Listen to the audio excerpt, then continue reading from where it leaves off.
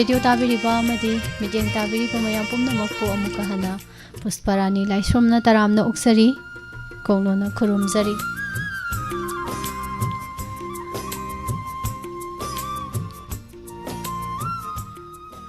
ngasi khoi contact number 7005707808 number asida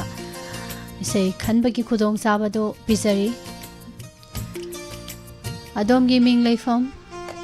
isei gi ahoba pareng saisakpa saisakpi film organa film album ibira aga isei khanbi ba yarani yamna khudong sabasi lobiu 7005707808 number sida message thabiduna isai khanbiu chumnagi normal message ni whatsapp dana tabida taramna uksari nitulai ka kasenapati madam elangbam padama imamem chobi iselang linton thaja thingbaijom Anjali Singh Tham,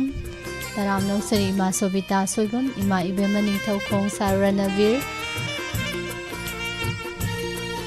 Prameshwari Luang,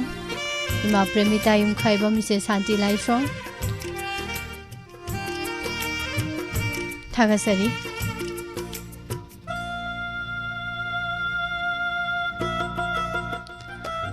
Ataiji Ishei Lo E Legramale, Tholak Trenga City. Yam nuwaizare kana gi isei yosala abano yengba horage Facebook da sarsana tomba soren changbam nganna lengsin birakpanina ngasi hauji isei khallagadi ko ngasi hayeng sida dum taba phangani ibong ningthemba laishrom Sir Robin laibiri basing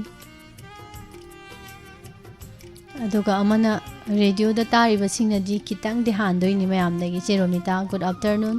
ichema bem kaksing pabung je de kumara good afternoon taramna usari ima rosmani yandrambam isei je mamang sahi dagi thajilla thamgraba khangdi yam thun yore Khwaidagi isei khanbada khupi machin tumbasi kanano yengasi ko ahan bai sei lokhatarage film isei amata tajage aima bu nungsiye film mangal morang them nungsi wahai khudi imai pema taure do khulangang jida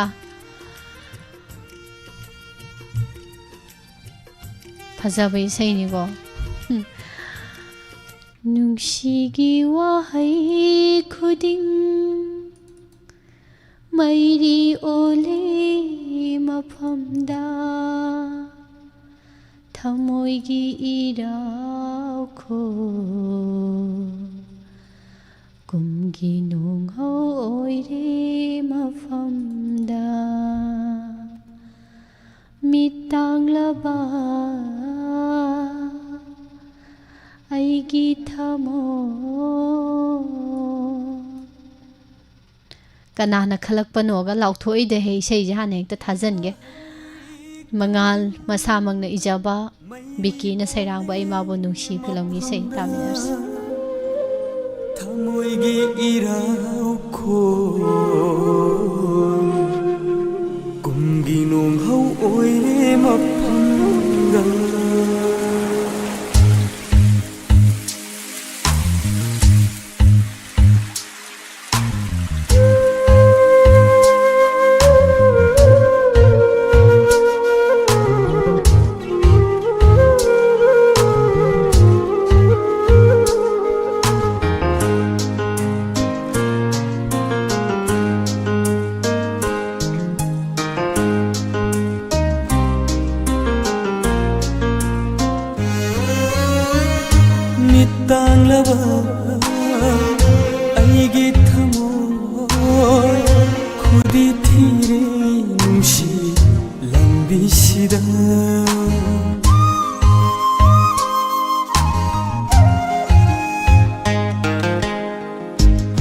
ꯇꯥꯡꯂꯕ ꯑꯩꯒꯤ ꯊꯃꯣꯏ ꯈꯨꯗꯤ ꯊꯤꯔꯦ ꯅꯨꯡꯁꯤ ꯂꯝꯕꯤꯁꯤꯗ ꯄꯨꯟꯁꯤꯒꯤ ꯆꯩꯁꯨ ꯑꯣꯏꯕꯤꯔꯝꯕꯤ ꯁꯅꯥꯒꯤ ꯐꯝꯕꯥꯜ ꯇꯣꯛꯈ꯭ꯔꯦ ꯃꯤꯠ ꯇꯥꯡꯂꯕ ꯑꯩꯒꯤ ꯊꯃꯣꯏ ꯈꯨꯗꯤ ꯊꯤꯔꯦ ꯅꯨꯡꯁꯤ ꯂꯝꯕꯤꯁꯤꯗ ꯈꯨꯗꯤ ꯊꯤꯔꯦ ꯅꯨꯡꯁꯤ ꯂꯝꯕꯤꯁꯤꯗ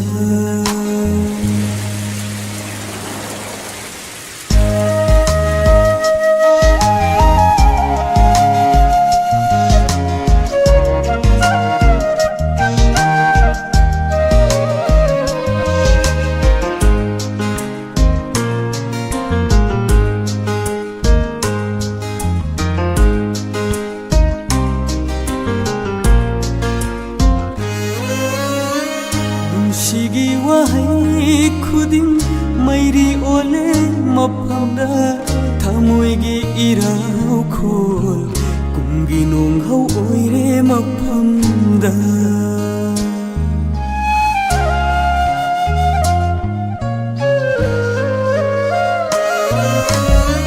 ꯅꯨꯡꯁꯤꯒꯤ ꯋꯥꯍꯩ ꯈꯨꯗꯤꯡ ꯃꯩꯔꯤ ꯑꯣꯜꯂꯦ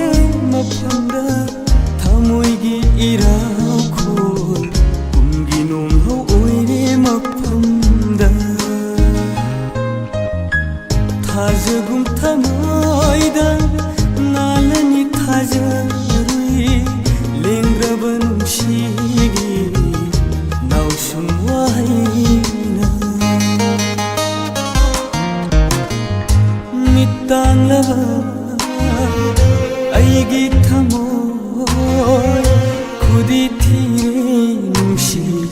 ꯂꯝꯕꯤꯁꯤꯗ ꯈꯨꯗꯤ ꯊꯤꯔꯦ ꯅꯨꯡꯁꯤ ꯂꯝꯕꯤꯁꯤꯗ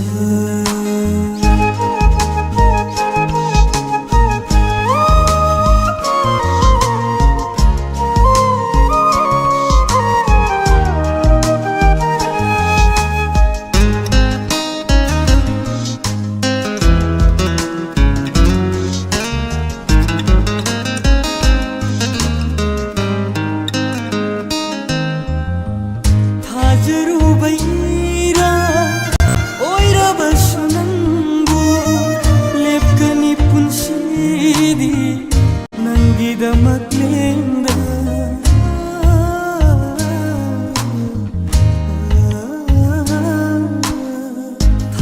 ꯊꯥꯖꯔꯨꯕꯩꯔꯥ ꯑꯣꯏꯔꯕꯁु ꯅꯪꯕꯨ ꯂꯦꯞꯀꯅꯤ ꯄꯨꯟꯁꯤꯗꯤ ꯅꯪꯒꯤꯗꯃꯛ ꯂꯦꯡꯗ ꯊꯥꯖꯔꯤ ꯅꯪꯕꯨ ꯑꯩꯅ ꯉꯥꯏꯖꯔꯤ ꯂꯥꯛꯈꯤꯅꯤ ꯈꯟꯅ ꯊꯥꯖꯔꯤ ꯅꯪꯕꯨ ꯑꯩꯅ ꯉꯥꯏꯖꯔꯤ ꯂꯥꯛꯈꯤꯅꯤ ꯈꯟꯅ ꯍꯣꯡꯈ꯭ꯔꯕꯁꯨ ꯅꯪꯅ ꯆꯠꯈ꯭ꯔꯕꯁꯨ 이나때 밑땅라바 알기 타모이 부디티레 뭉시 람비시다 분식이 세쇼 오이비람비 샤나기 판발 또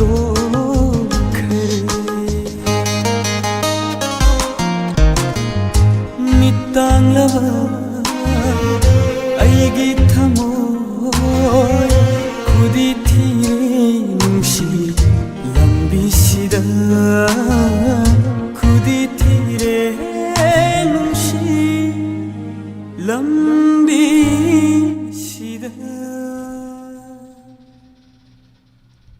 हौरकपगा खिता ममोन मिनोक तो नोक्सगे तौबनी हेक पलहल्ले सेसिना नोके नोके नोके नोके तौरगा मयेक्सी इशैजी मयेक्सी दग दग फुजलकपै वानी थमोय मपादा थागसरी चुमनगी नॉर्मल मेसेज ता थाबिरो व्हाट्सएप ता थाबिरइदो WhatsApp ta tharakpadudi laukhatpa ngamjade warobiroi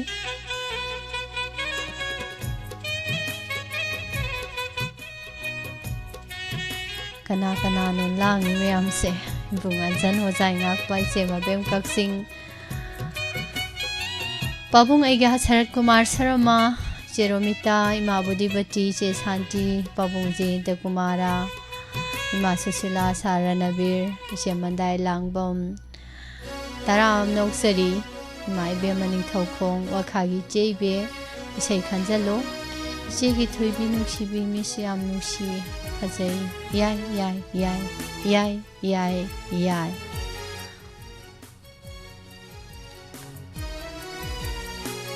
Yadaba laite yai shell bu paidi yai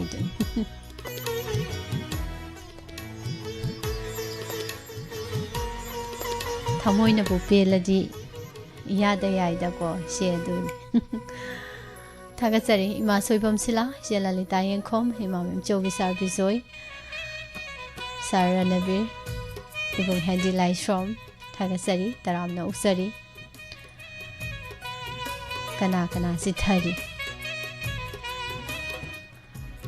Ima Rajkumari Guneshwari Taram Noksari Sarpam Haiba Maite Se Shanti Thagatsari Hauziki Shed Song Dukanana Kalakpuno Yam Kangindro Aishu Kangdri Yangake Huziki Dukanana Kalakpuno Doko Mangal Marang Temna Sakiba Yamna Set Orabai Seido Bisoy Tongbrom Thangadagi Khanbirakpa isei ni Oiramne Khanbirakpa isei oilaramne sar bisoy na Yam nungaijai pumnaw ko taramna oksari Facebook se kaino asije mi yam langi Neha sani piya mga ima binasaki duga Kaino hai me sabi mall ita punima Nelson adudagi lebiri ba mayam Toy good afternoon Hagasari che premita medium yami duga kaura akanda yamam dise mathagi sei mung yeng si ko ngasidi thoram ji kitang nganna su loisan gani ngasidi koina satpagi program amung lai Isan Pusparani Koro Mana Kaino Koro Mana Kana Gumna Isal Gisu Tauruba Kuding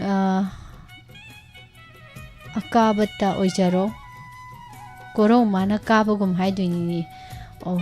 Koro Mana Kabagum Isal Gisu Tauruba Kuding Akabada Ojaro Ojaragebung Nomadon Thakta Pukningi Warol Lairamlaba Ichan Pusparani gi wari ligani imai Tamgani Nabungi Pukningi Warol Oigani Ai Sagakpam Anjan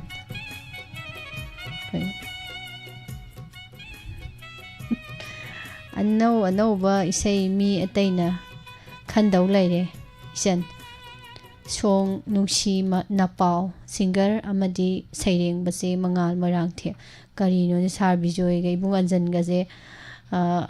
mangal gi sei khanje gan haina gi bra tawisibo music biki Chan Pusparani ga aigumba nungshi mapao ngaina nungshi manglan mangliba mayam da dedicate tawjage mayam isei si mamon jangna taminasi isei si Lauminasi ko na haibire Singaw ngaw day bung Paja wahai matam wahai mayam haijalak pase ithak thakali Mangal gini hantaki shay ani shuba sisu Nungshi mapao hairi Mangal masamang na izaba duga biki na sarang bisay ni hantaki sisu taminarsi Hojay ngak pay bung anjan na kanbirakpa isay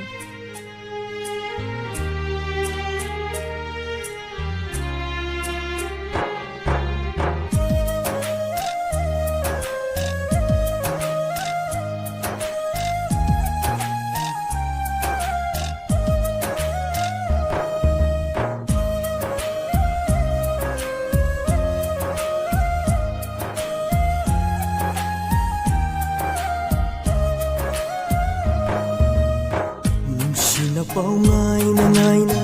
ꯅꯨꯡꯁꯤ ꯃꯪꯂꯥꯟ ꯃꯪꯂꯤ ꯑꯩꯅ ꯃꯥꯂꯪꯕ ꯃꯥꯁꯨ ꯏꯀꯥꯏꯖꯔꯤ ꯅꯣꯡꯉꯥꯜꯂꯝꯗꯥꯏ ꯁꯖꯤꯛ ꯊꯕꯥꯅ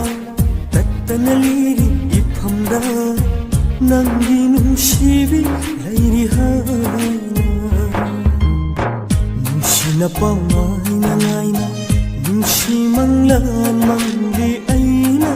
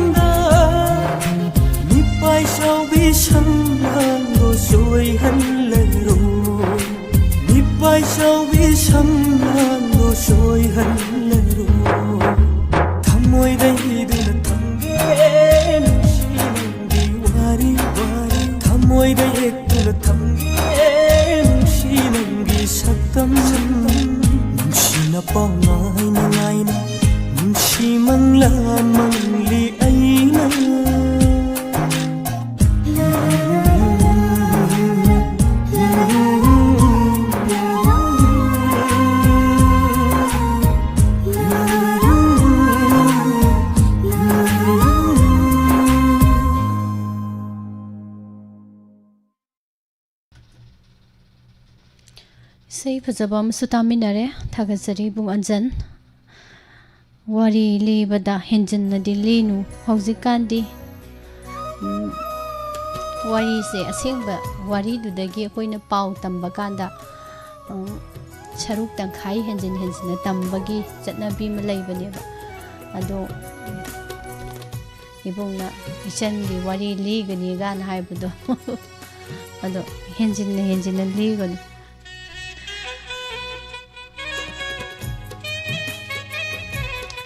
Taram noksari se gitayuna yam ima sarjubala wakhali jebe ima bilasini ima budibati thagasari sarbisoi vidya kumari isai khanba yare mayam isai khanbiyu isai khandriba singna isai khanjanbiro screen the number thamjare 7005 707 808 message थाबीगदबनी call तौबीगदब नत्ते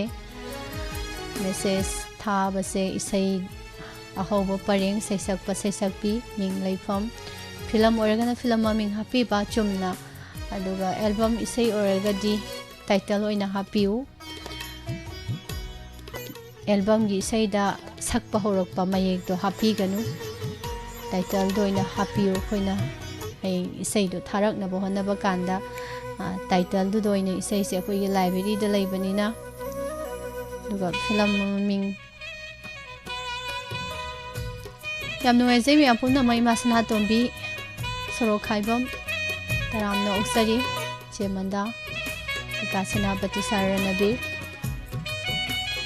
पाबुंग ऐगा शरद कुमार थागचरी हना हना मामिन चौबी दुगा लोइनना sir Bimal sir Sanjeet थोय निहा अंजलि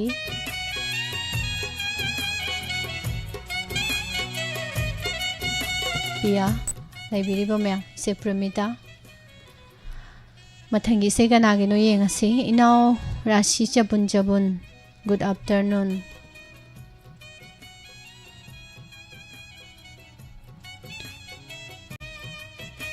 इता मांजका चलनी है बेसैदो ताजनिंग film याइपोक थंबालनो नसेबुदी मांजगी मनाक्ता लैजरे इशैगी maxi फजैको नाइबी ऐगी इपाम UK दगी इदोमचा किरण बला इचे पदमा इचे लोली अदुगा इनाव नुसीबी मांजकादा सत्रिबी इचे अरुणी चे हेलेन चाउबी इंदो नीतू रोनी ब्रजेश्वरी सोफिया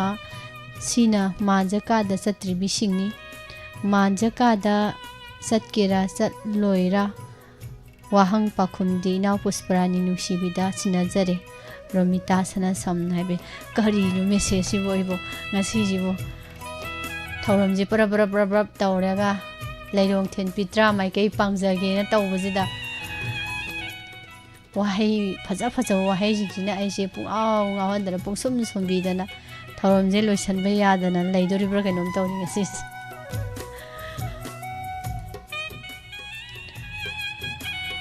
मांजकादा यौग्रबिना अखोई मांजकादा यौद्रिबिसिंग पुना तामिनसे हाइदना खनबिरइबे इशैसि मैम तामिनबा तारे हौजिकति अमुको याहि पोक थंबालनु फिल्म दगी इता मांजकादा चलनी ऐदी मांजकादा चलनी तामिनरसी बिजेंद्र कुमार शर्मन इबीबा मयेकनी नोमाइथेम पहाड़ी न सैरांगबा सोंगथाम कमला न सकनेबा यारिपोक थंबालु फिल्म नि सै खुदों पंसरी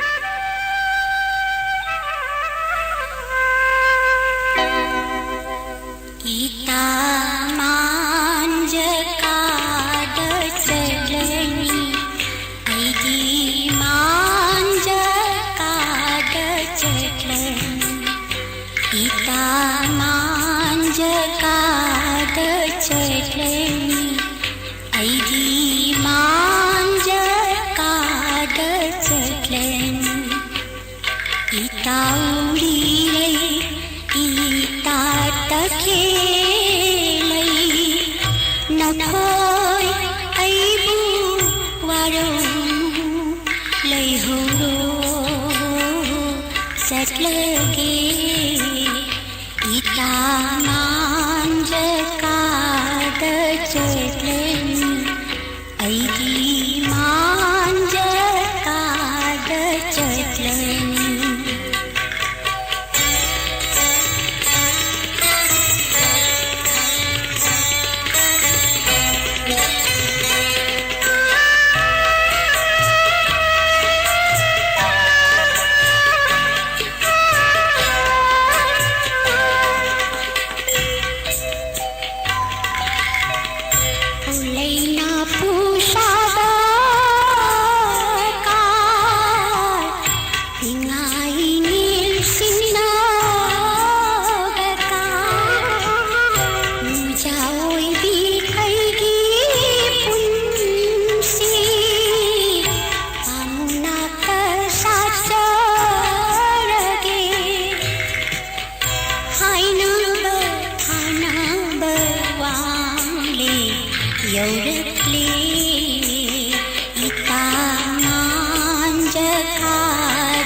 चटनी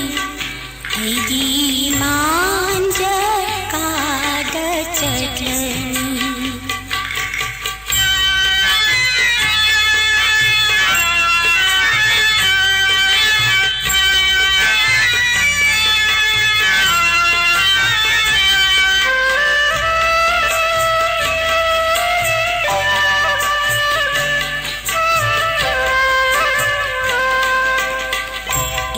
शान खोयना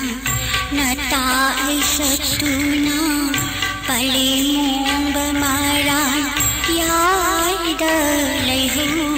खो इता शान खोयना नता ऐशतुना पले मूंग मारा याद लहू खो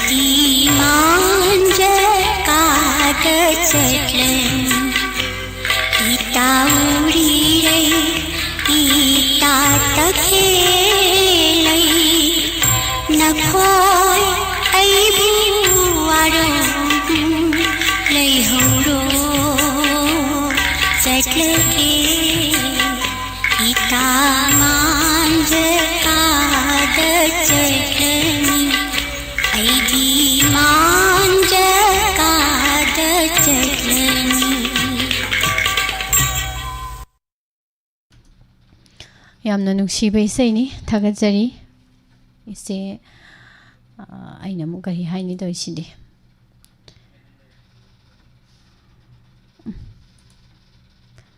ꯉꯁꯥꯏꯅꯁꯨ ꯑꯃ ꯀꯣꯛ ꯂꯥꯎꯅ ꯍꯥꯏꯖꯜꯍꯧꯗ ꯃꯊꯥ ꯁꯥꯏꯍꯦ ꯇꯧꯏꯁꯤ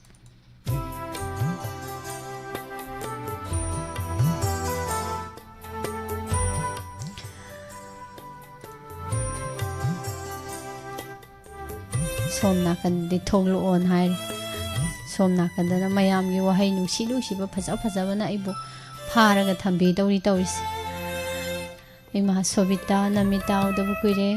ꯏꯃꯥ ꯁꯨꯁꯤꯂꯥ ꯄꯥꯕꯨꯡ ꯖꯌꯟꯇꯀꯨꯃꯥꯔ ꯅꯦꯅꯦ ꯍꯦꯂꯦꯟ ꯏꯆꯦ ꯂꯂꯤꯇꯥ ꯏꯕꯨꯡ ꯑꯟꯖꯟ ꯁꯥꯔ ꯕꯤꯖꯣꯏ ꯊꯥꯒꯠꯆꯔꯤ ꯍꯟꯅ ꯍꯟꯅ ꯉꯁꯤꯗꯤ ꯋꯥꯍꯪ ꯄꯥꯎꯈꯨꯝ ꯊꯣꯛꯑꯁꯤꯀꯣ ꯃꯇꯝ ꯂꯩꯇ꯭ꯔꯦ मिस्टर नुक्शिबा तरामना उसरी माँ सोबिता माँ सुबिता माँ सोबिता माँ बिलासिनी जेठाइबे माँ मामेम चौबी लेबिरिबो मयाम हना हना थागतजरी फेसबुक की शो मयाम अमा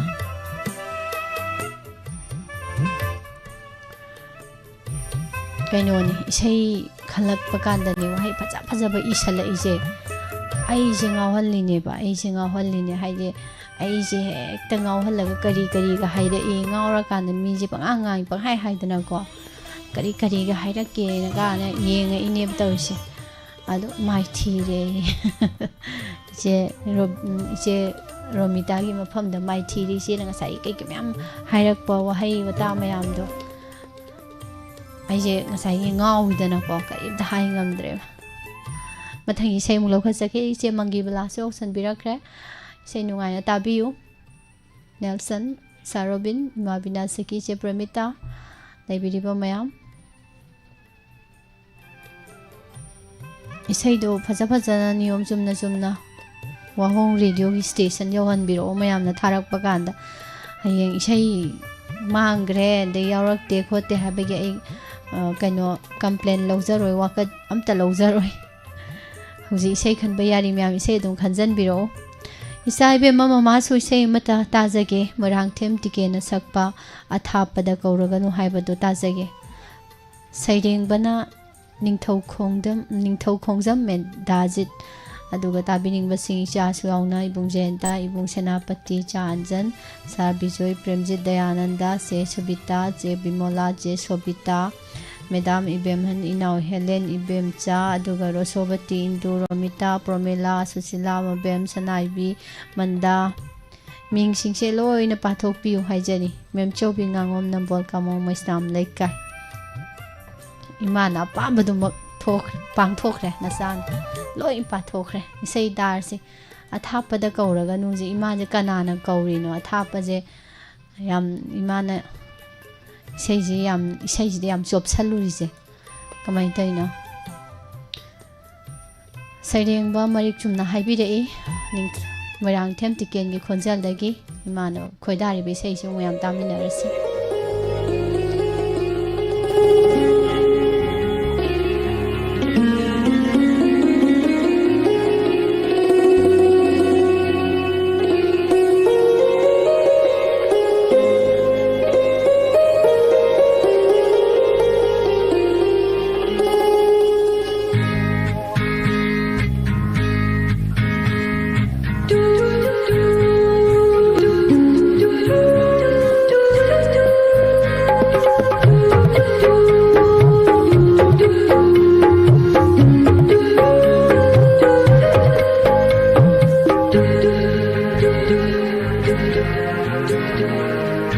ꯑꯊꯥꯞꯄꯗ ꯀꯧꯔꯒꯅꯨ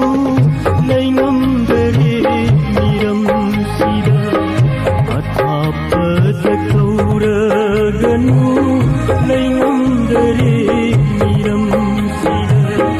ꯍꯣꯠꯂꯕꯤ ꯂꯩꯅꯥꯒꯨꯝꯕꯤ ꯍꯣꯠꯂꯕꯤ ꯂꯩꯅꯥꯒꯨꯝꯕꯤ ꯋꯥꯔꯒꯅꯨ ꯂꯥꯛꯀꯦ ꯑꯩ ꯑꯊꯥꯞꯄꯗ ꯀꯧꯔꯒꯅꯨ ꯂꯩꯉꯝꯗꯔꯦ ꯃꯤꯔꯝꯁꯤꯗ ꯂꯩꯉꯝꯗꯔꯦ ꯃꯤꯔꯝꯁꯤꯗ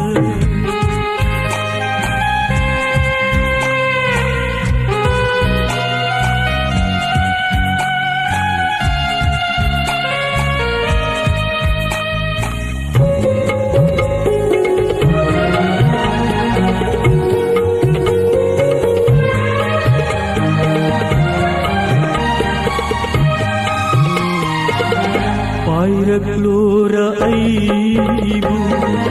साखतोइबा चेकाओना पायरक्लोरा अईबू साखतोइबा चेकाओना लोइबी सिंगोलाना लैसिल खोंगेना लोइबी सिंगोलाना लैसिल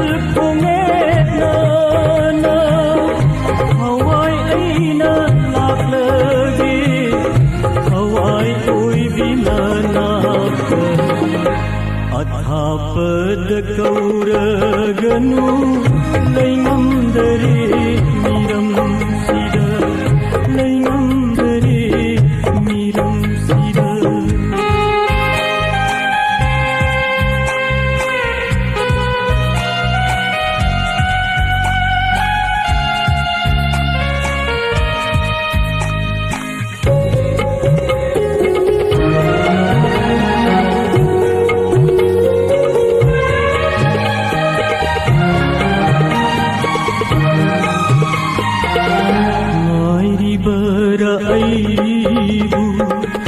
mamlalaisu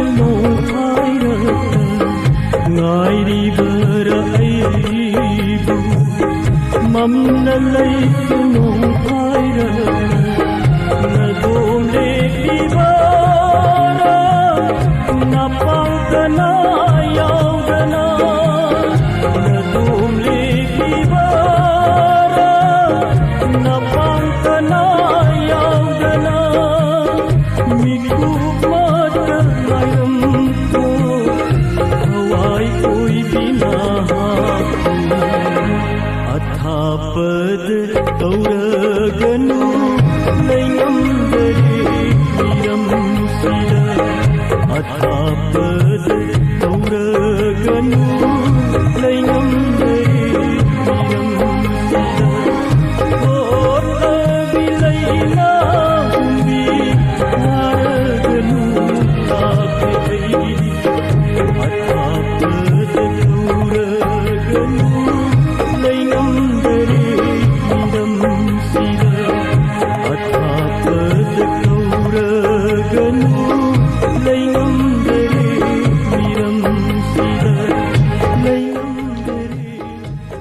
isay faza-fazaba khalhoro harisini ko isay hujik khanbagi adumak matam tanja leiri thagasari mayam lengsin biriba saru ya biriba tabiriba khuding mai che chawbi hijam iche je ngasi di thoron yam khangna change hai tare loisalam dai haidi loi dawri si khange ba haidi thorom loisanba mi du yaudagadi thorom loisinba du yaroi deni dana do yam khangna lengsin bire hai tare thank you very much iche promila karino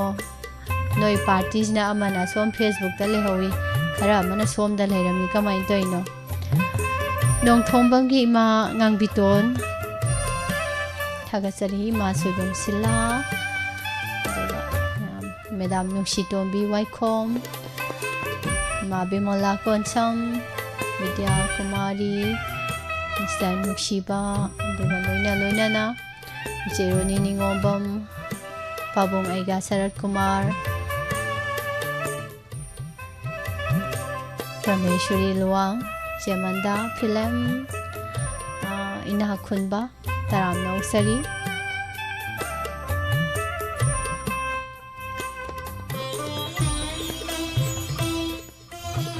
Chithananda ba live telengsin biriba mayam pumna mak taram Nausari Charpamaiba duga Robin Takhelambam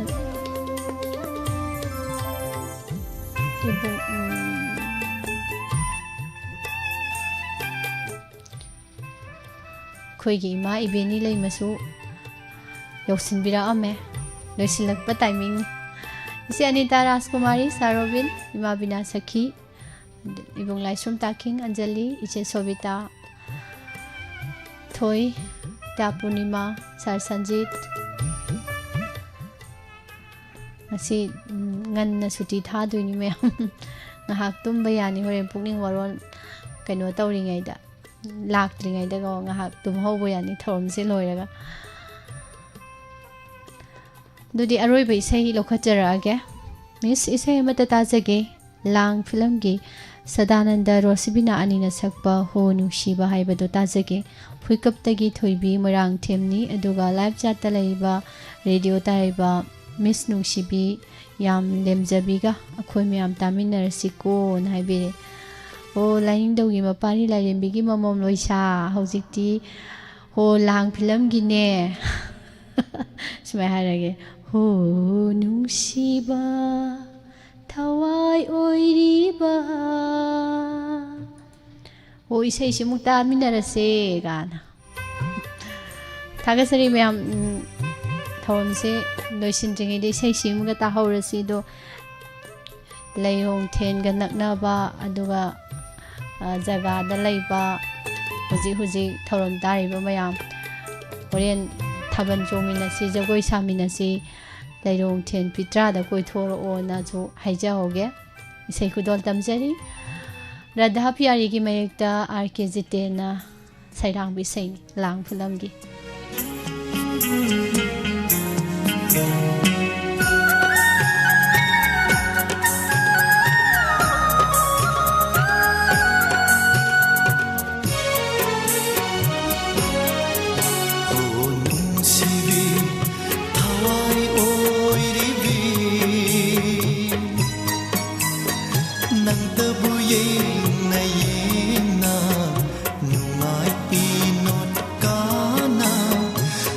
ꯍꯧꯈꯤꯁꯅꯨ ꯃꯇꯝꯁꯦ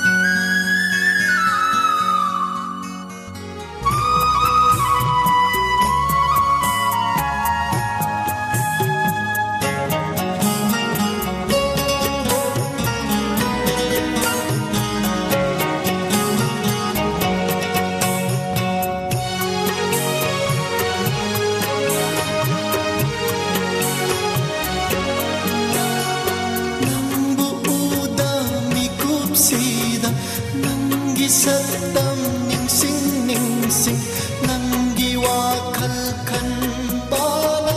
ithau oizri ai haki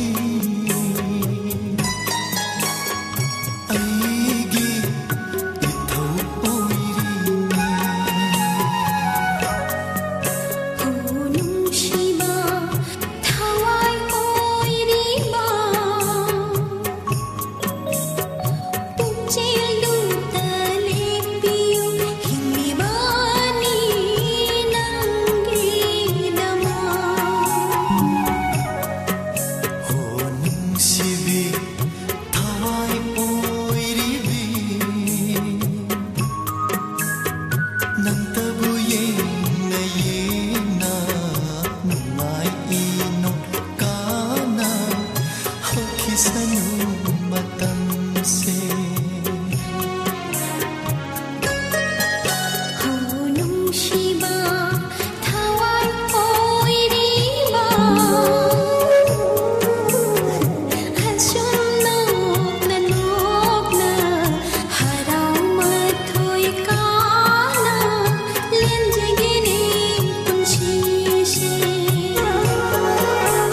Fazaraba isaysiga loinana ngasigidi sandoksariba message ta khanbirakpa isaigi thoram matang aswaida loisinjari nauna lengsinbirakpa saruk yabiriba mayamna pungja sibauda adomna khoidaba isai khanjanbirao 7005707808 number hanglingai message thajanbiu sumnagi normal message ta Thagasari Sir Devendra Maisnam Sigidi say Saksara Roy Warobinu Langbam Madam Padama Duga Ita Tunglen Sinakadom the Ginomo Haragdana Luishalon Daisida Sakming Pao Yam Noisy Tagatari Yam Uchamgi Masusila Sitahoba Go with the Yahodaba Some Yanjarakpani ꯅꯨꯡꯉꯥꯏꯇꯗꯅ ꯏꯃꯥ ꯁꯅꯥꯇꯣꯝꯕꯤ ꯅꯥꯎꯔꯦꯝ ꯂꯩꯕꯤꯔꯤꯕꯁꯤꯡ ꯏꯃꯥ ꯂꯥꯏꯁꯣꯝ ꯁꯨꯃꯇꯤ ꯆꯦꯃꯕꯦꯝ ꯀꯛꯆꯤꯡ ꯊꯥꯒꯠꯆꯔꯤ ꯏꯃꯥ ꯕꯤꯂꯥꯁꯤꯅꯤ ꯇꯦꯛꯁꯝ family ꯄꯥꯕꯨꯡ ꯖꯌꯦꯟꯇ ꯀꯨꯃꯥꯔ ꯄꯨꯝꯅꯃꯛꯄꯨ ꯉꯁꯤꯒꯤꯗꯤ ꯊꯧꯔꯝꯁꯤ ꯂꯣꯏꯁꯤꯟꯖꯕꯒꯤ ꯑꯌꯥꯕꯗꯣ ꯃꯌꯥꯝꯗꯒꯤ ꯂꯧꯖꯔꯤ ꯐꯦꯁꯕꯨꯛꯇ ꯔꯦꯗꯤꯑꯣꯗ ꯇꯤꯚꯤꯗ ꯇꯣꯉꯥꯟ ꯇꯣꯉꯥꯟꯕ ꯄ꯭ꯂꯦꯠꯐꯣꯝꯗ ꯊꯧꯔꯝ ꯌꯦꯡꯕꯤꯔꯤꯕ ꯑꯃꯗꯤ ꯃꯤꯠꯌꯦꯡ ꯇꯥꯕꯤꯔꯤꯕꯁꯤꯡ ꯍꯟꯅ ꯊꯥꯒꯠꯆꯕꯒ ꯂꯣꯏꯅꯅ ꯊꯧꯔꯝ ꯂꯣꯏꯁꯤꯟꯖꯕꯒꯤ ꯑꯌꯥꯕꯁꯤ ꯂꯧꯖꯔꯤ ꯄꯨꯝꯅꯃꯛꯄꯨ ꯄꯨꯁꯄꯔꯥꯅꯤ ꯂꯥꯏꯁ꯭ꯔꯣꯝꯅ ꯑꯃꯨꯛꯀ ꯍꯟꯅ ꯈꯨꯔꯨꯝꯖꯔꯤ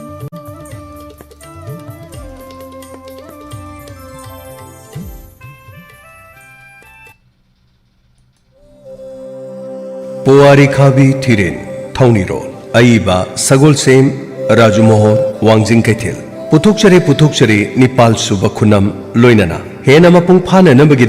Hapchinjari Thebaron Mapan Hunina Road Thauniro Taibongsa Singh Mioibana Hek Polukpadagi Punshi Nungsang Janaba Nadi Yek Tananaba Langphang Khudimak Tangak Thoknanabagi Pambai Khudimak Yauraba Lairikni Puwari Khabi Thirin Thauniro Hana Larry Singh Sipabirava Singna, Ano Babsi Lakpasing Asishu, Pabiu, Nainabiu.